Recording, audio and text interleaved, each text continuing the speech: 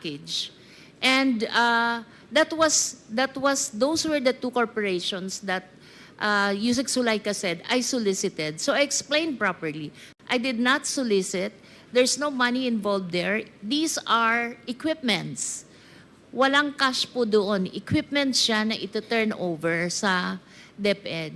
So I feel very sad that up until now, the BP has not been appraised, as I explained it to her people, that we did not solicit. In fact, the two corporations are willing to give an affidavit that I have no solicitation from them of 16 million.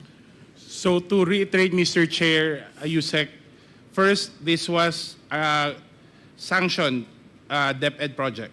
It's a DepEd project. Second, yes. you did not do the solicitation yourself. This was managed by the External Partnerships Office. Third, no cash donation was ever made. So equipments was given to the department. So none of this, what allegations that the Vice President's making against you is true. Yes, sir. Yes, Mr. Chair. And that makes it very sad because she's saying it now. Ibig sabihin, her people did not explain to her. At least I know she's watching, then she probably be able to get the information from you now. Thank you, Yusek Lo. Thank you, Mr. Chair. Thank you. Mr. Chairman. Yes, Congressman Paduano. Ano na po, short interjection with regards to the envelopes that was submitted to this committee. And I just want to put in record that voluntarily, former Yusek Mercado submitted the 9 envelopes, sealed, to support his claim, her claim in her affidavit, paragraph 4. Tama po, Yusek? Ito yung sa affidavit mo, paragraph 4. No? So, Mr. Chairman, again, just for the record, the 9 envelopes is being submitted voluntarily by Yusek Mercado and for this committee to keep it as part of the supporting evidence that was claimed through her affidavit, Mr. Chairman. Thank you, Mr. Chairman. Thank you po. The chair would like to recognize the next interpellator, Congressman Suwan. Mr. Chair. With the indulgence of Congressman Suwan, please. Mr. Chair, first, Kong J. Konghun.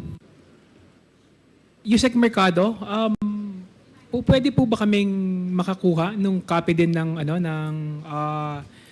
resibo nung pinagdonatan po natin ng pera? Yes, Mr. Chair. Thank you.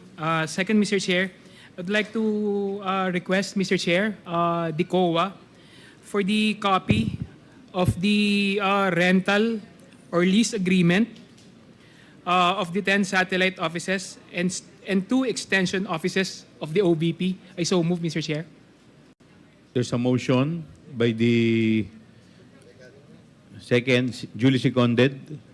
Is there any objection? Hearing none, the motion is carried. Thank you, Mr. Chair. Yes. The chair would like to recognize Congressman Rodante Marcoleta.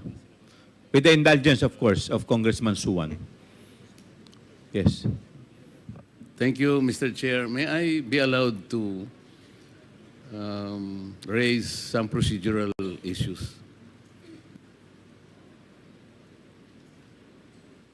Congressman Marcoleta, you are not a member of this committee, so therefore you are not allowed. I think, Mr. Chair, we have yet to resolve that because, as you said in the last hearing, my removal as a vice chair of this committee was a plenary action. And therefore, there should be a plenary action to remove me as a member of this committee. I would like to believe, Mr. Chair, that when I was installed as a vice chair of this committee, it presupposes membership. I am supposed to be deemed a member because if I were not a member, I cannot be appointed as a vice chair. The officiality of that is, the position is only a privilege, but membership is organic. So until and unless that was to be resolved, Mr. Chair, I think you have to recognize me as a member of this committee because even if I admit or I will probably accede to you that I am not a member, kahit hindi po ako member sa committee ito, being a member of the House of Representatives, I have the right to make issues and to raise issues. That's why I'm asking your permission to do so, Mr. Chair. You can at any time make a manifestation. In fact, I've been recognizing you po. But with respect to the issue of your removal, the committee is not in the position to answer that. Maybe you can question the Committee on Rules. Sila po ang proper committee na po pwede pong sumagot sa Yes, inyo pong Mr. Chair, that is katanungan. correct. The only reason why I answered you back because you said that I am not a member of this committee. I should not have raised that at all had you not said it. But may I continue, Mr. Chair, in raising some procedural issue because during the first hearing, I know that the very basis of this inquiry in aid of legislation was the privileged speech delivered by Honorable Valeriano. And I would like to make of record, Mr. Chair, although I was unable to do that during the first hearing, the privileged speech shouldn't have been allowed at all based on our rules. Our rules specifically states that no one can be allowed or avail the privileged hour if the concerns he is to raise in his privileged speech principally and directly relates to a bill under consideration. At the time Honorable Valeriano, Mr. Chair, delivered his privileged speech, the General Appropriations Bill was already filed on August 27, 2024. He took the floor on September 3, and therefore, any concern relating to the subject matter in the budget or in the bill should not have been allowed at all. And then, this morning, I saw the agenda, Mr. Chair. There was an additional agenda added in this committee, and this is supposed to be the manifestation raised by Congresswoman Luistro. And I saw in the notes that it was taken up as motu proprio matter, Mr. Chair. On procedural matters, I don't know how it should be done because motu proprio, to my mind, is something that would indicate an official action taken without formal request from another party. And so my question, Mr. Chair, is how did the committee took it on a motu proprio basis when it was a manifestation taken by another party? I see it a very unusual procedure, Mr. Chair, because this representation, I would like to recall that sometime in March 2024, delivered a privileged speech dealing on the same subject matter, and I think even more, I questioned the several irregularities pointed out by the Commission on Audit, specifically in 2017, 2018, and 2019, covering the audit report of COA in the Department of Education. In that privileged speech, Mr. Chair, I took note of the sum of something like 3.25 billion pesos of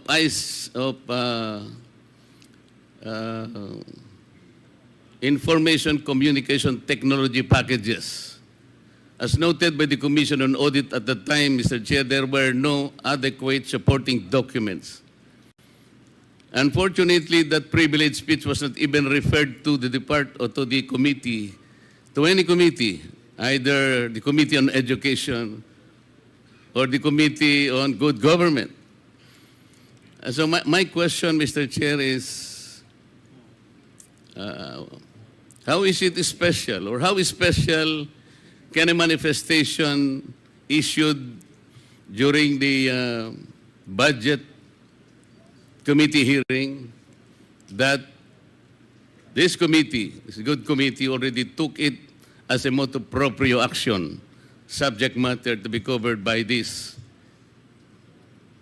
hearing? So parang there is no consistency, Mr. Chair. Parang I would like to volunteer, Mr. Chair, that a copy of my privileged speech delivered on March 15, 2021, entitled "Co-Bodies DepEd." It was not even referred to any committee, Mr. Chair. When I exposed several irregularities in the Department of Education as audited by the Commission on Audit, I would like to volunteer that this be made part of the documents that might be taken up by the committee in regard to any investigation with regard to DepEd. In this particular privilege speech, Mr. Chair, I even question a particular law. It's Republic Act 8047. This is a law enacted in 1995. And in that particular law, it prohibited DepEd, then called DEX, that time, Mr. Chair. DEX at that time was already prohibited from procuring and publishing the books. And it should be relegated, or it should be transferred to the private sector publishers. For more than 25 years, Mr. Chair, the DepEd did not follow the law. It's Republic Act 8047. I've been pointing out to them several times already. But there was no investigation done on that matter. How is it that a manifestation issued during a budget hearing be taken up as motu proprio when a full privilege speech dealing on the same subject matter, and even, I think, more appropriately described as more complete, but it wasn't taken up, Mr. Chair? This is all, and I thank you very much for allowing me. Thank you. Thank you. Duly noted. Congressman Lorden Suwan. Please proceed to your interpellation. Thank you, Mr. Chair. Good afternoon, everyone. I would like to address my questions to the Department of Education.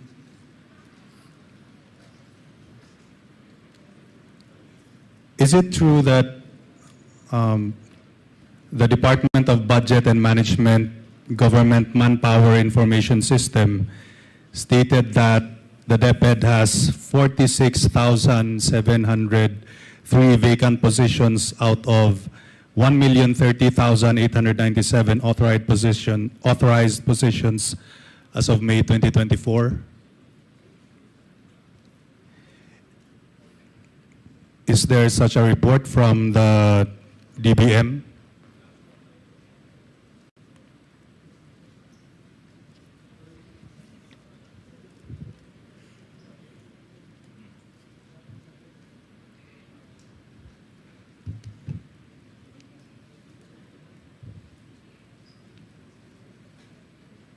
Sino po, kanino po ninyo ina-address yung tanong po ninyo? Well, I guess we could have the DBM answer it. The Department of Budget and Management Government Manpower Information System stated that DepEd has 46,703 vacant positions. Is this correct? Sino pong sasagot? Mr. Chair, from the Yusek Toledo from DBM. So we're just pulling the record, Mr. Chair, so that we can answer exactly as far as the question is concerned, Mr. Chair. Okay. But before you answer, please identify yourself para for the record. Yes, Mr. Chair. Yusek. I'm Undersecretary Rolando Toledo. Okay, Mr. Chair, Yusek the Toledo, DBM. you are now recognized by the chair. Okay. Mr. Chair, as of April 24, the total authorized position of DepEd is 1,030,897, of which 95% or 983,351 positions are filled. So, Mr. Chair, yun po yung the latest as of April 2024. That's what we have, Mr. Chair. So it's not true that 46,706 vacant positions. Oh, it's true.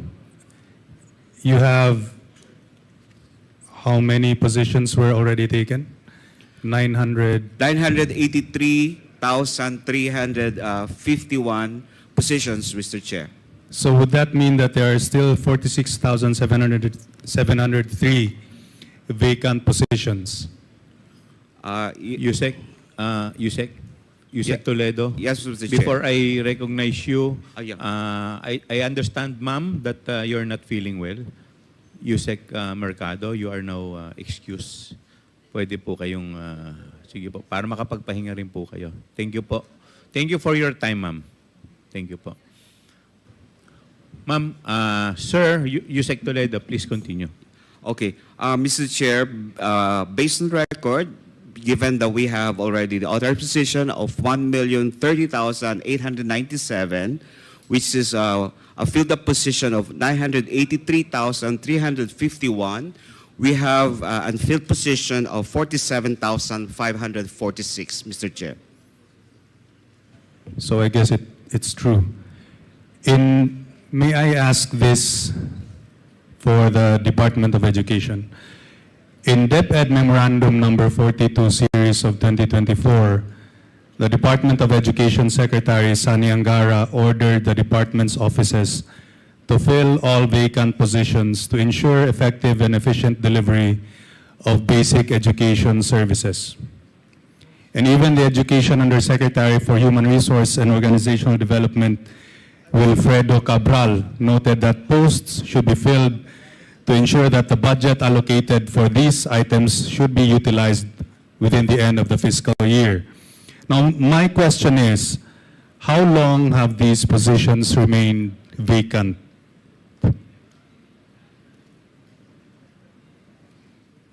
Mr. Chair.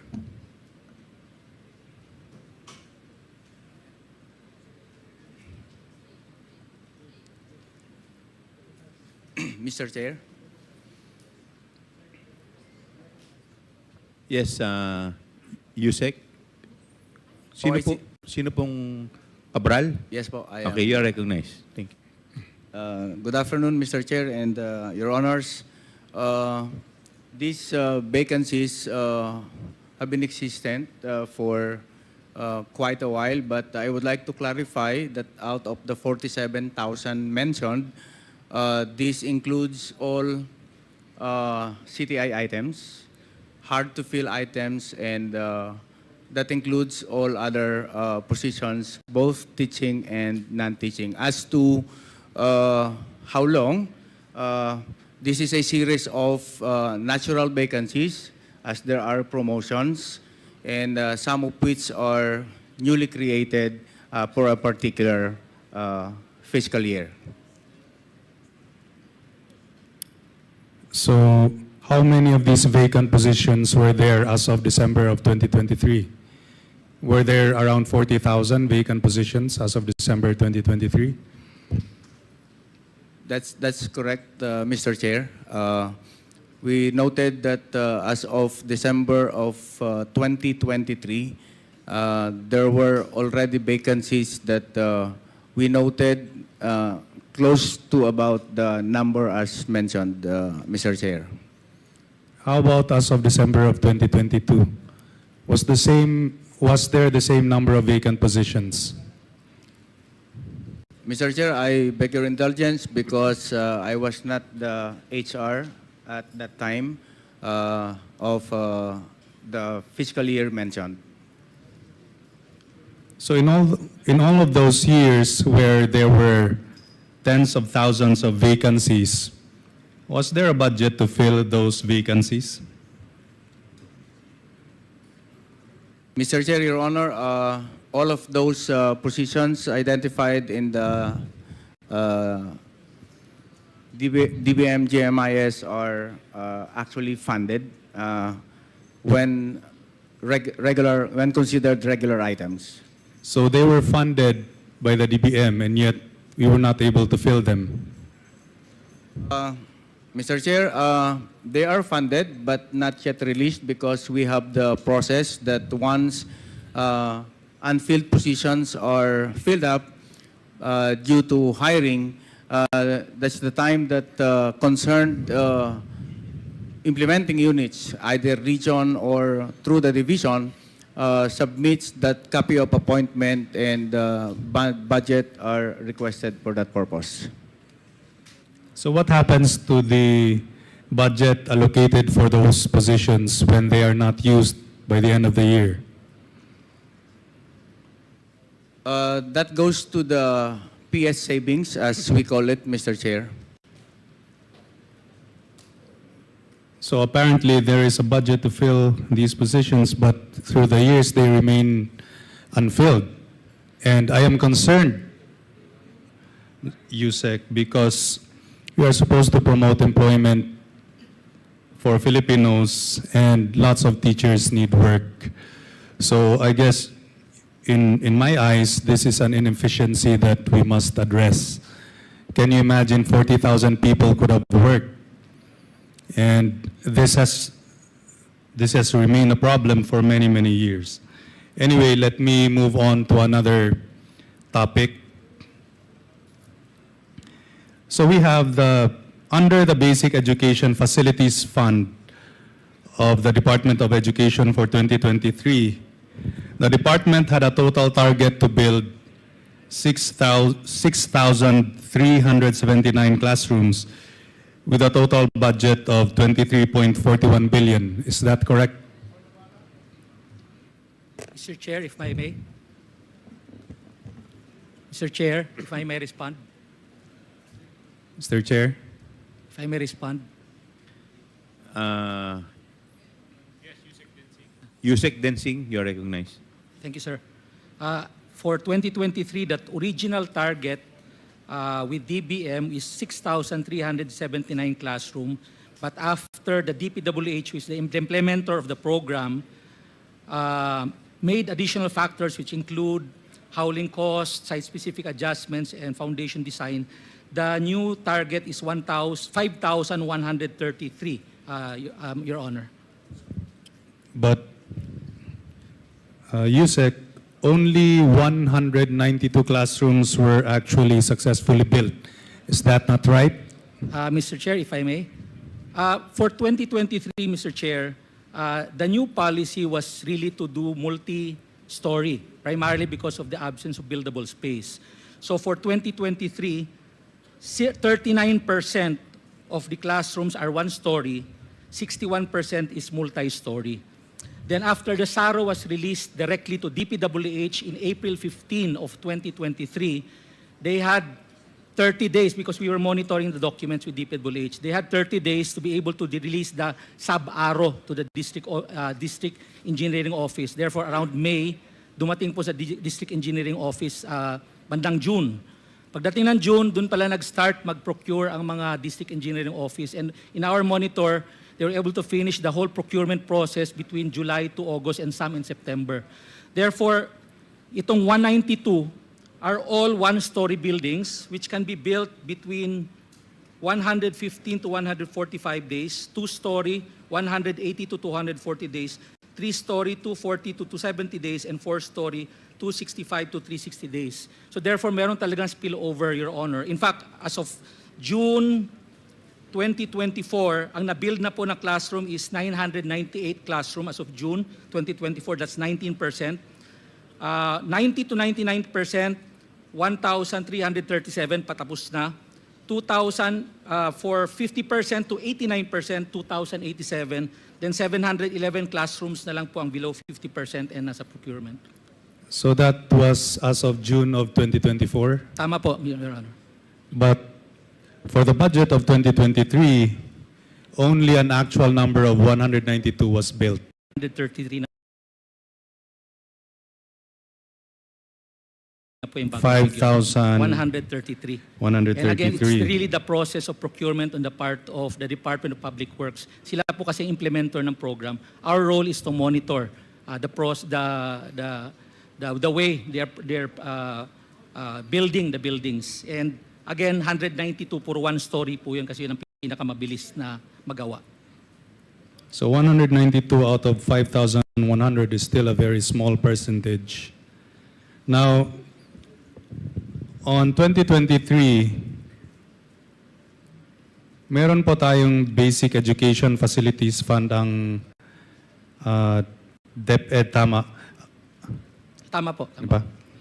So, what is the purpose of this fund, Yusek? Ang purpose po ng pondo ay para gumawa ng mga bagong classroom, repairs, electrification, gabaldon, and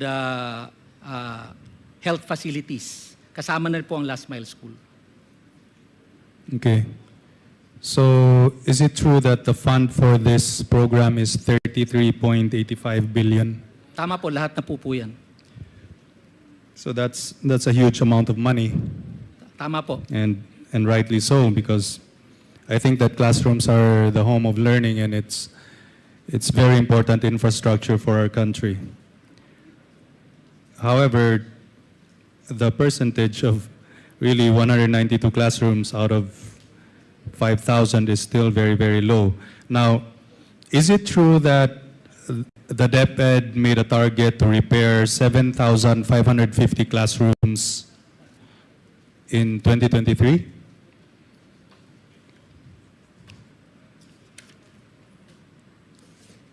$7,558 po ang classroom na dapat i-repair. Pero base po sa special provision ng 2023 GAA, lahat ng 1 million pataas, DPWH ho mag-i-implement. Sila ho mag-aayos. Lahat ng 1 million pababa, DepEd po. Therefore, sa 7,558 na targeted classrooms for repair, 208 lamang po ang i-repair ng DepEd kasi yun lang po ang 1 million pababa. Ang balanse po na 7,508 ang magre-repair po niyan DPWH po. So you were able to repair the 208 classrooms? Yung 208, tapos na po yung 208 kasi yun lang pong nabigay sa amin, less than 1 million. And the rest are supposed to be repaired by the DPWH? Tama po yun.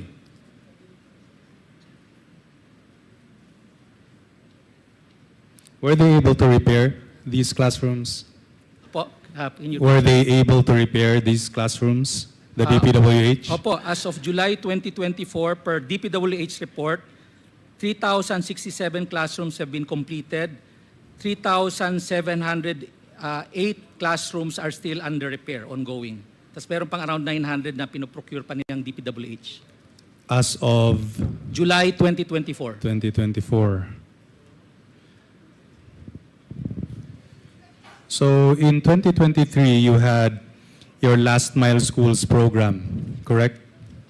Ang Last Mile School programs po nagsimula ng 2020.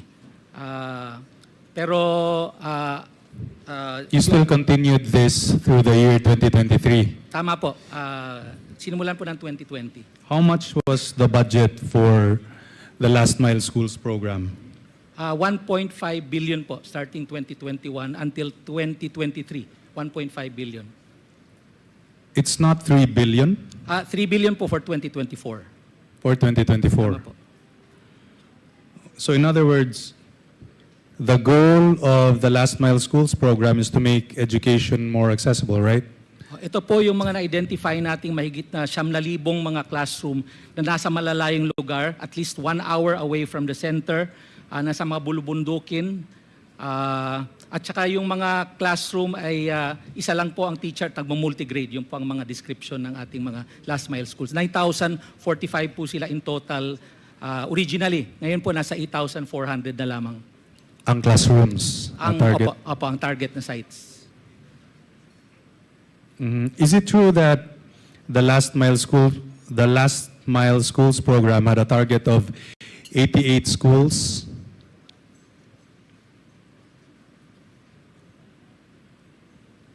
Sa 2021, 98. Sa 2022, 98 schools? Opo, sites. Sa 2022, 82. Sa 2023, 93. Then sa 2024, 166. So out of the 93 in 2023, how many were completed? 61 na po ang tapos, 30 ongoing, tapos 2 under procurement as of July 30, 2024.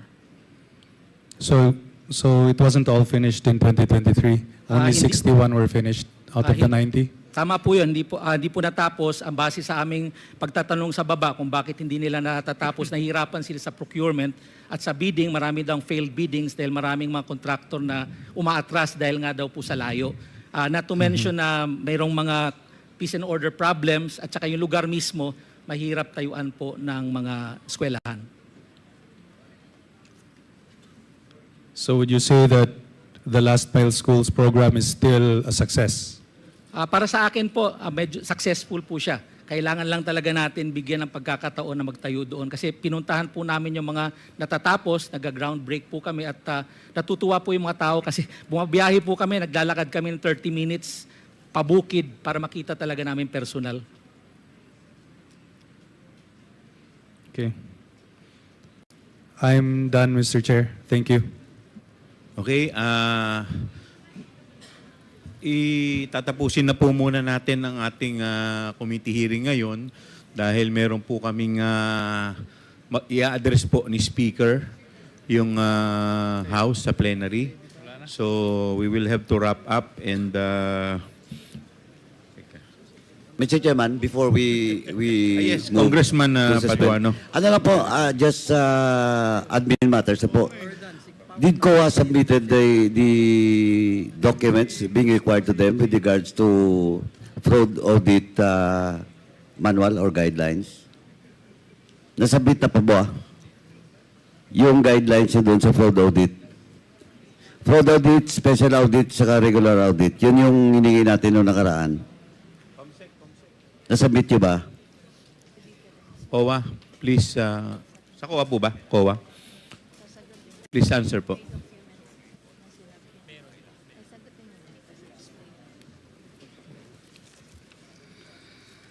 Mr. Chair. Please. Yes po, we submitted po through electronic mail sa COMSEC po. COMSEC, nasabit daw nila yung guidelines with regards to fraud audit, regular audit, saka special audit. Yes, sir. COA has submitted electronic Yung, copies. yung Bureau of Treasury, did they submitted the, yung question of fidelity bonds of all those mentioned name? Kasama na po dapat yung, yung sa DepEd.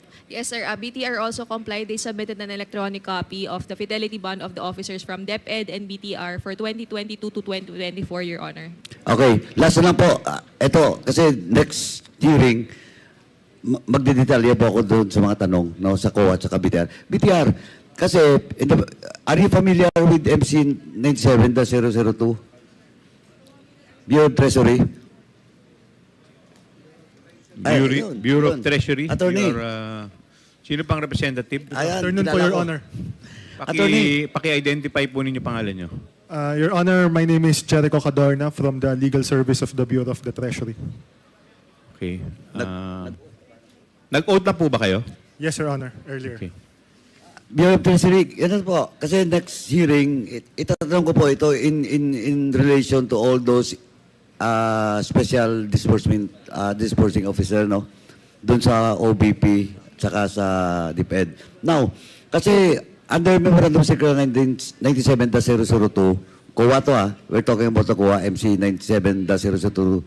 Now, in the previous hearing, during the last year, yung mga initial investigation with regards to LGUs in my committee, question of requirements for the special cash advances. Diba yung MC 97-002. Now, SDO. Kasi isang requirement doon, for the SDO to be qualified is to submit all their SALN. Tama. Kaya lang, on the later period of last year, sabi naman ng COA, but not these people now representing COA, those COA representatives that attended my hearing during the time, yung question of SALN daw, tinanggal nyo. Why? Your Honor, on the matter of the SALN requirement, the Bureau of the Treasury submitted its position paper before your committee, Your Honor, dated 14 March 2024 as to the reasons for removing the SALN requirement in its latest circular, March which is... nung March. Yes, Your Honor, before the... Now, na-discuss natin yan. Now, are you still in your position to remove SALN as one of the requirements for SDOs? Actually, Your Honor, we may resubmit this position paper, but just to give an update regarding the initiatives of the Bureau of the Treasury to come up with a revised omnibus circular to consolidate all of its past Treasury circulars, we humbly update the Honorable Committee and Your Honor that the SALN requirement, rather the bonding officials, is in the latest draft of the Treasury circular would again be empowered to require the SALN as one of the supporting documents. But just to clarify, Your Honor, this is still a draft and it would still be up to the management of the Bureau of the Treasury to decide. But to give an update, in the finalized draft from the technical working group, the bonding officials of the Bureau of the Treasury, particularly the provincial and regional offices, is recommended to once again be empowered to require the SALN. Hindi, kasi ganito. Kayo, Bureau of Treasury, kayong tumanggal noon, di ba? But that is still existing with regards to MC 97-002 sa COA Memorandum Circular. Sa inyo, tinanggal nyo. But doon sa requirements ng MC 97-002 is still existing. It was never amended by the COA as part of their Memorandum Circular.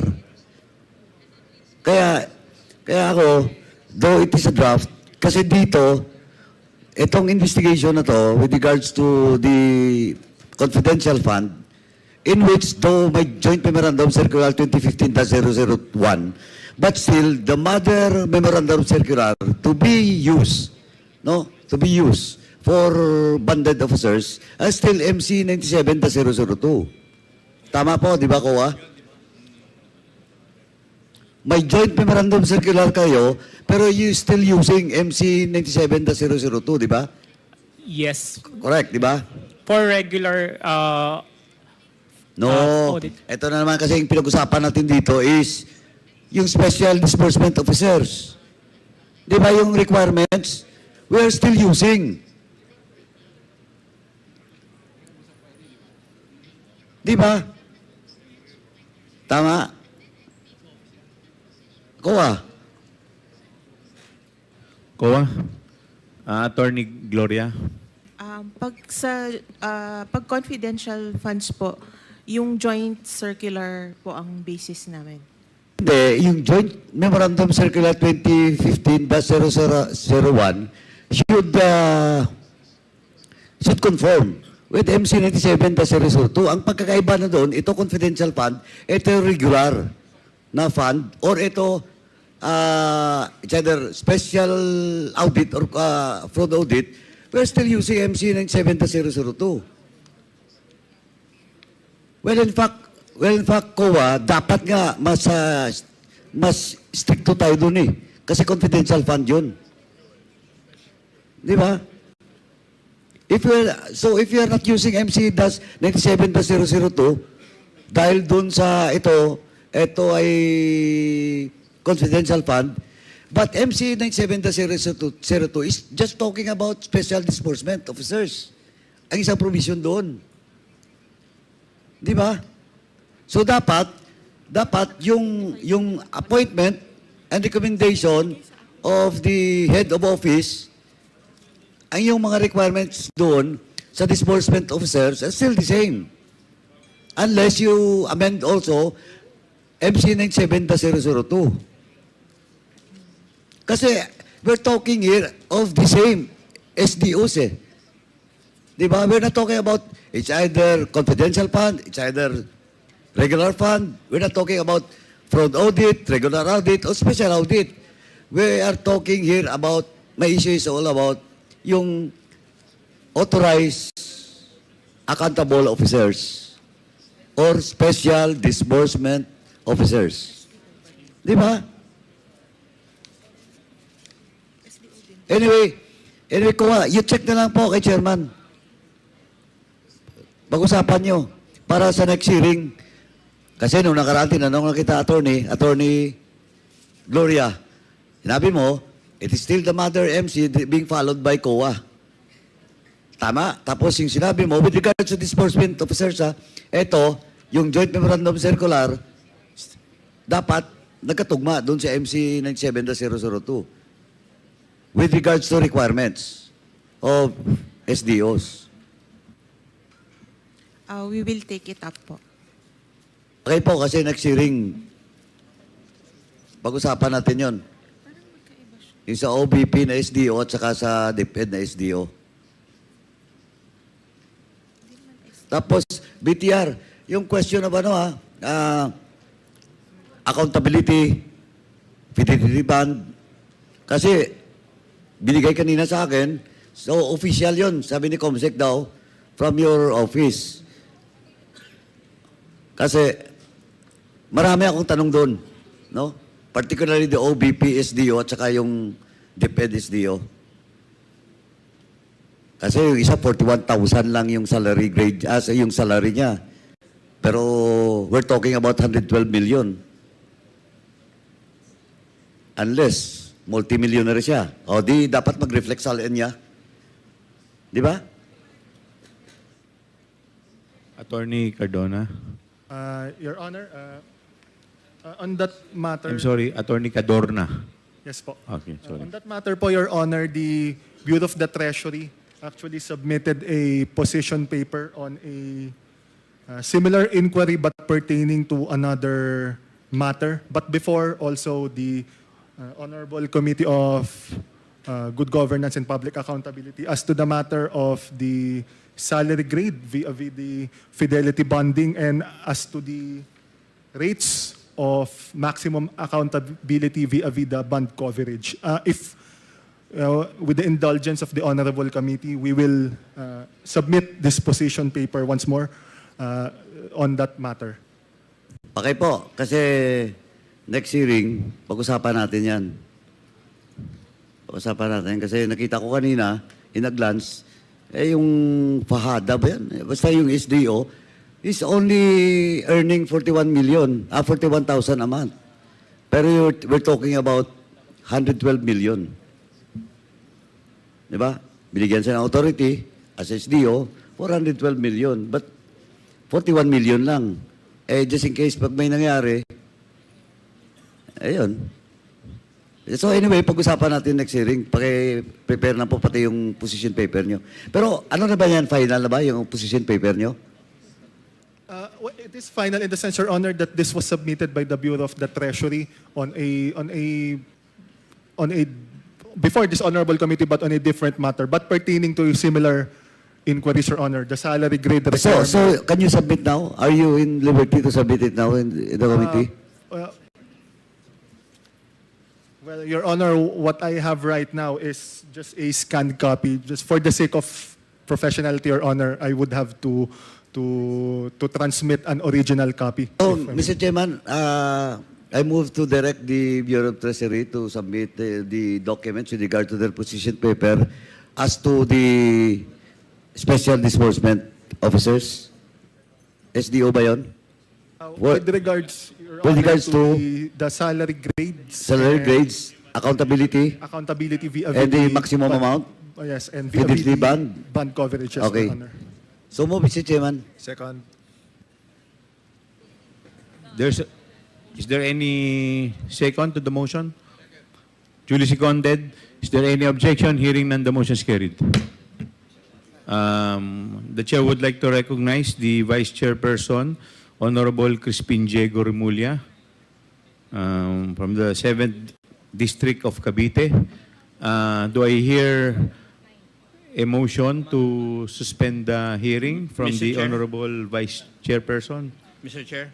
Yes, before I recognize the Honorable Vice Chairperson, the Chair would like to recognize Honorable Congressman Acop. May I respectfully move that since the